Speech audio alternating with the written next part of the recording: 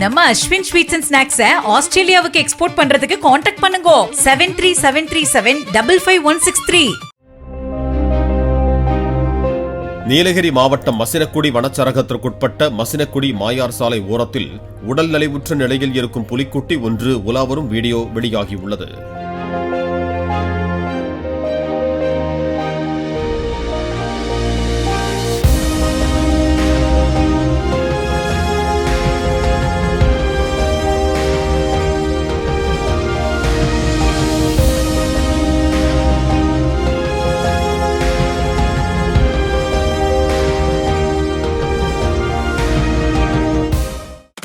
நம்ம Ashwin sweets and ஸ்நாக்ஸை ஆஸ்திரேலியாவுக்கு export பண்றதுக்கு கான்டாக்ட் பண்ணுங்க 7373755163.